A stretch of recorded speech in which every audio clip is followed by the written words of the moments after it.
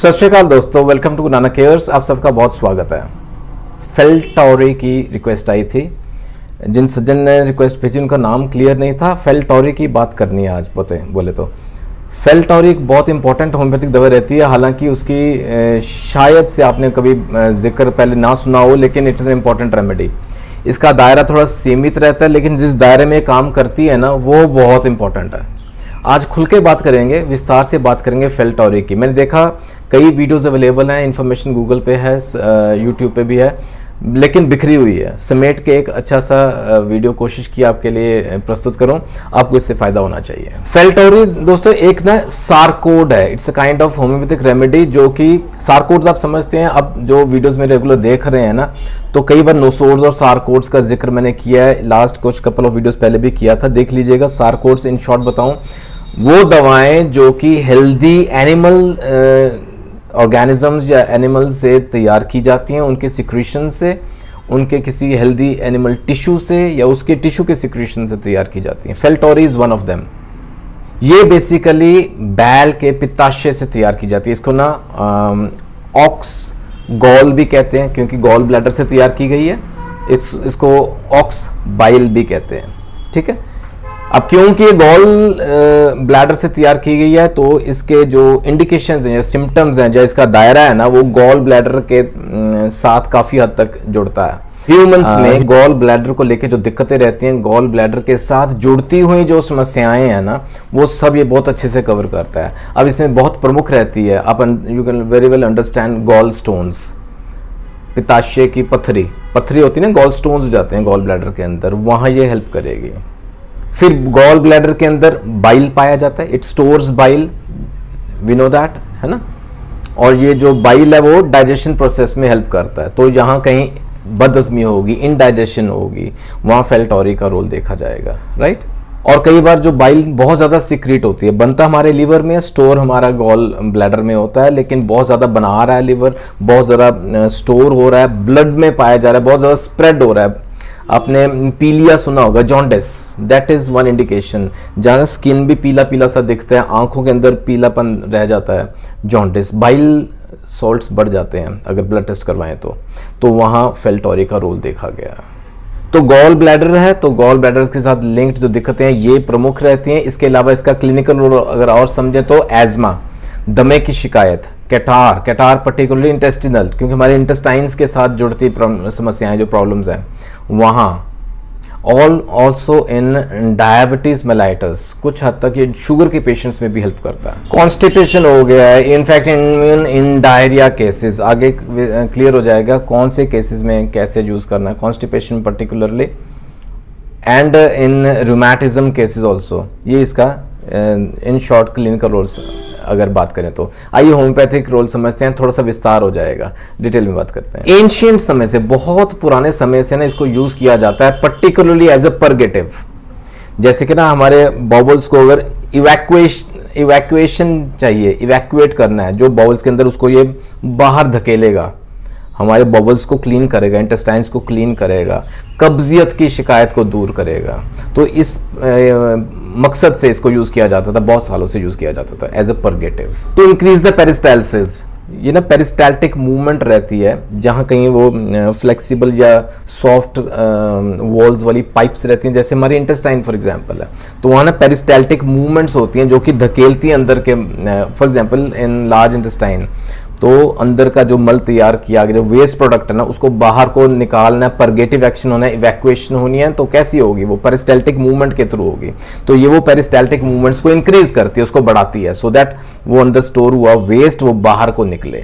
और इस सबसे क्या होगा, जो अंदर वेस्ट है ना, अगर ये ना हो पाए, पेरिस्टाल्टिक मूवमेंट्स नहीं हो पा रही हैं प्रॉपर, और कॉन्स्टिपेशन रह रही है, कब्ज रह रही है, तो अंदर जो वेस्ट इकट्ठा हो रहा है ना, तो वहाँ प्यूट्रीफैक्शन चेंजेस देखी जाती है इंटेस्टाइन में, यानी कि वहाँ डिकम्पोजिशन होना शुरू हो जाएगा ऑर्गेनिक मैटर का, because of bacteria inside.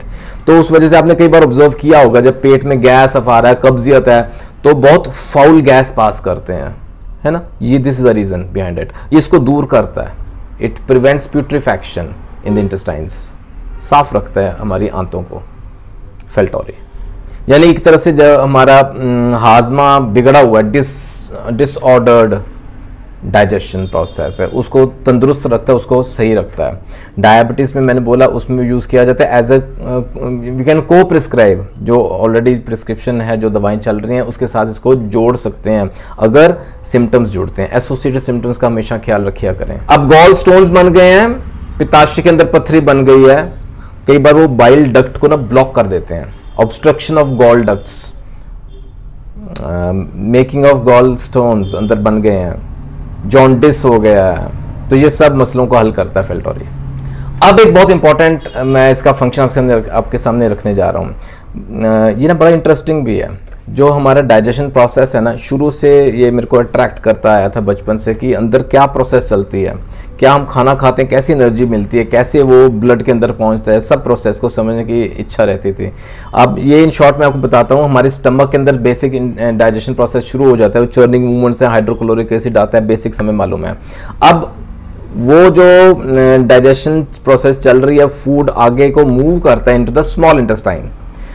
Small intestine का जो शुरू का हिस्सा है, यानी कि जो स्टमक से बाहर निकलती है small intestine, initial part, the starting part, the first part of small intestine, उसको हम बोलते हैं डुओडेनम। ये बड़ा प्रमुख है, यहाँ इसका रोल बड़ा इंपॉर्टेंट है फेल्टोरी का, क्योंकि ये डुओडेनल सिक्रीशंस को इम्प्रूव करता है। उधर देखिए डुओडेनम में क्या होता है बेसिकली, मैं एक शॉर्ट बताऊँ आपको। जो डाइजेस्टेड फूड वहाँ एंटर करता है ना डुओडेनम में, वहाँ ये डुओडेनल सिक्रीशंस को इंक्रीज करता है, इंटेस्टाइनल एक्शन को इंक्रीज करता है। कैसे करेगा? It acts as a cholagogue. Cholagogue माने ये जो बाइल स्टोर हुआ है ना गॉल ब्लैडर के अंदर, उसको सिक्रीट करेगा into the duodenum. It will pour that stored bile into the duodenum so that वो डाइजेशन प्रोसेस स्टार्ट हो सके। बाइल बेसिकली क्या करता है? It emulsifies the fats. जो फैट हम खाते हैं ना, फैट मॉलिक्यूल्स इजीली डाइजेस्ट नहीं होते, उसको वक्त लगता है, उसके लिए स्पेशल बाइल चाहिए। और फेल्टोरी ये कोलागॉग का प्रोसेस इनिशिएट करता है। जो बाइल स्टोर हुआ है गॉल ब्लैडर के अंदर, वो सिक्रीट होगा इनटू द डुओडेनम। वो बेसिकली फैट्स को ब्रेक डाउन करेगा, तोड़ेगा, छोटे छोटे मॉलिक्यूल्स में तोड़ेगा, फैटी एसिड्स में तो बनाएगा, सो दैट उसकी एब्जॉर्प्शन हमारे बॉडी में थोड़ी ईजी हो जाए। फर्स्ट। सेकेंडली लिवर से डाइजेस्टिव एंजाइम सिक्रीट होते हैं, वो भी डुओडेनम के अंदर आते हैं। तो यानी कि डुओडेनम के अंदर बहुत इंपॉर्टेंट डाइजेशन का प्रोसेस चलता है। और दूसरा इंपॉर्टेंट फंक्शन रहते हैं डुओडेनम के अंदर, दे एब्जॉर्प्शन का है कि विटामिन्स बन गए, निकल आए, मिनरल्स आ गए और बाकी न्यूट्रिएंट्स हैं, उसकी एब्जॉर्प्शन का प्रोसेस शुरू हो जाता है। It initiates in the duodenum. तो देखा आपने, बाइल बेसिकली क्या करता है? इट एमल्सिफाइज फैट्स को तोड़ के छोटे फैटी एसिड्स और मॉलिक्यूल्स में बनाता है, सो दैट एब्जॉर्प्शन इंक्रीज हो सके। और बाइल के अंदर क्या रहता है? Basically it contains cholesterol. So basically cholesterol हमारी बॉडी को चाहिए फॉर डाइजेशन प्रोसेस, लेकिन एक्सेस जो है वो खराब करता है। अच्छा, ये बाइल को ना लिक्विफाई करेगा, उसको पतला रखेगा, वो जरूरी है, नहीं तो गॉल स्टोन्स बनने शुरू हो जाएंगे, कोलेस्ट्रॉल के स्टोन्स बनने शुरू हो जाते हैं। तो फेल्टोरी यहाँ भी हेल्प करता है, गॉल स्टोन्स नहीं बनने देगा। एक बड़ा इंटरेस्टिंग केस था, द लेडी पेशेंट, वो डायबिटिक भी थे और उन्हें रिपीटेडली जॉन्डिस हुआ करता था, एब्डोमिनल पेन की शिकायत रहती थी। स्कैन करवाया तो उसमें पता चला गॉल स्टोन्स हैं। यानी कि ये जो सिम्टम्स कह लें, ये जो इंडिकेशंस हैं, दे वर डायरेक्टिंग टुवर्ड्स फेल्टोरी। और एक बहुत प्रमुख, बहुत इंपॉर्टेंट उस केस के अंदर भी था, देयर इज ए टेंडेंसी, बड़ा इंटरेस्टिंग सिम्टम है, बड़ा हट के कैरेक्टरिस्टिक फीचर कह लें फेल्टोरी का, there is a tendency to sleep after eating. यानी कि कुछ भी खा लिया, खाना खाने के बाद आफ्टर ईटिंग एक ना खुमारी सी चढ़ती है, कहते हैं ना, नींद आ रही है बहुत जोर की, आई मीन सब कुछ छोड़ दो, मुझे अभी बिस्तर चाहिए, आई वांट टू स्लीप, सोना है। Tendency to sleep after eating, ये बड़ा इंपॉर्टेंट है। तो ये सब सिम्टम्स जुड़ते थे ना, उन्हें फेल्टोरी दिया गया, उन्हें बहुत रिलीफ रहा। अच्छा, एक और इंपॉर्टेंट सिम्टम है जो कि हट के रहता है, that is pen in the nape of neck. हमारी गर्दन के पीछे के हिस्से में वहाँ दर्द रहेगा। आगे माइंड के सिम्टम्स में चलते हैं, वहाँ और क्लियर हो जाएगा आपको कि फेल्टोरी के बेसिक पर्सनालिटी कैसी रहती है, उसके माइंड सिम्टम्स कैसे रहते हैं। I always stress on the mind symptoms, बड़ा इंपॉर्टेंट है, ये समझिए। पेविश सा रहता है बंदा, इरिटेबल सा रहता है, चिड़चिड़ापन रहता है। पेविश आप समझते हैं कि बंदा जैसे बच्चों में जैसा बिहेवियर होता है, उसमें क्या होता है? डिसकंटेंटमेंट है, उसको जो चाहिए वो मिल गया, नहीं मेरे को और कुछ चाहिए, मतलब डिसकंटेंटमेंट है, उसको सेटिस्फैक्शन नहीं है, उसके मन को शांति नहीं है, और वो इल टेम्पर्ड है, गुस्सैल है, एंगर लेवल ज़्यादा है, पीविश और कंफ्यूज्ड का माइंड स्टेट रहता है, उसका कंफ्यूज्ड सा रहता है, जिस वजह से ना उसको हेडेक्स बहुत कॉमन होते हैं, बहुत बार बार होते हैं और वायलेंट हेडेक होते हैं, which lead to pain in the nape of the neck. मैंने बताया आपको गर्दन के पीछे हिस्से में और सर में ये दर्द रहता है। ये टिपिकल माइंड सिम्टम्स हैं, जुड़ते हुए लक्षण है, फेल्टोरी के बहुत इंपॉर्टेंट सिम्टम्स हैं। एब्डोमेन की बात करें, वायलेंट पेरिस्टाल्टिक मूवमेंट्स है इंटेस्टाइन्स के एब्डोमेन में, और एक बड़ा इंपॉर्टेंट देखिए, गैस का गोला सा घूमता है, रंबलिंग सी होती है, गड़ गड़ गड़ गड़ की आवाज आती है। डिसऑर्डर्ड डाइजेशन हमने बात की थी, बिकॉज ऑफ इम्प्रॉपर डाइजेशन हाजमा सही नहीं है, गैस बहुत बनती है, रंबलिंग साउंड्स आते हैं पेट में से, और जो गैस पास करता है बहुत बदबूदार होती है। Flats is very offensive. मैंने बताया आपको प्यूट्रीफैक्शन ऑफ इंटेस्टाइन्स उसको सही रखता है, ये वो नहीं होने देगा। तो फेल्टोरी का बहुत स्ट्रॉन्ग सिम्टम है, ये बहुत स्ट्रॉन्ग इंडिकेशन है ये। अच्छा, चेस्ट का सिम्टम एक समझने लायक है। There is anxiety in the chest में उस बंदे को ना डिफिकल्टी लगती है, एंग्जाइटी सी के सिम्टम्स आते हैं। वो कब आएंगे? सोते समय, जब रात को सो रहे हैं ना, अर्ली मॉर्निंग आवर्स अराउंड, जैसे फॉर एग्जांपल 3 o'clock, सुबह 3 बजे तड़के ही उसको चेस्ट में कंस्ट्रिक्शन, कंजेशन की फीलिंग आएगी, उसको सांस लेने में दिक्कत आएगी। ये सब एंग्जाइटी के सिम्टम्स हैं। वो उठ के बैठ जाएगा so that in upright mode उसको सांस लेने में आसानी रहती है, अदरवाइज दिक्कत आएगी उसको, वो सो नहीं पाता उसके बाद। ये बड़ा इंपॉर्टेंट सिम्टम है, फेल्टोरी यहाँ हेल्प करती है। और कुछ हद तक ये सब लिंक्ड है, हमारे बदहजमी है, जो डिसऑर्डर डाइजेशन है उसके साथ लिंक्ड है, गैस है, रंबलिंग है, ये सब आपस में जुड़ते हैं। अच्छा, बेल्चिंग्स हैं, बर्प्स आते हैं, डकार आते हैं, फालतू के आते हैं, ओडरलेस हैं, टेस्टलेस हैं, कोई जैसे खटास कुछ मन में माउथ में टेस्ट नहीं आता, लेकिन डकार बहुत आते हैं, बेल्चिंग्स बहुत रहती हैं, और प्यास ज़्यादा लगती है। थर्स्ट लेवल काफ़ी अच्छा रहता है पेशेंट का। देखिए, मैंने कोशिश की है, बहुत important, so that I should not miss any important indication. ये फेल्टोरी का पेशेंट इस प्रकार का रहता है। ये कुछ इंपॉर्टेंट इंडिकेशन, सिम्टम्स कह लें, जहाँ फेल्टोरी बहुत स्ट्रांगली इंडिकेटेड रहती है। और मानिए मेरी बात, रिजल्ट्स आते हैं। टाइमली शुरू कीजिए, the sooner you come to homeopathy the better it is. आइए डोजेज एंड पोटेंसी समझें।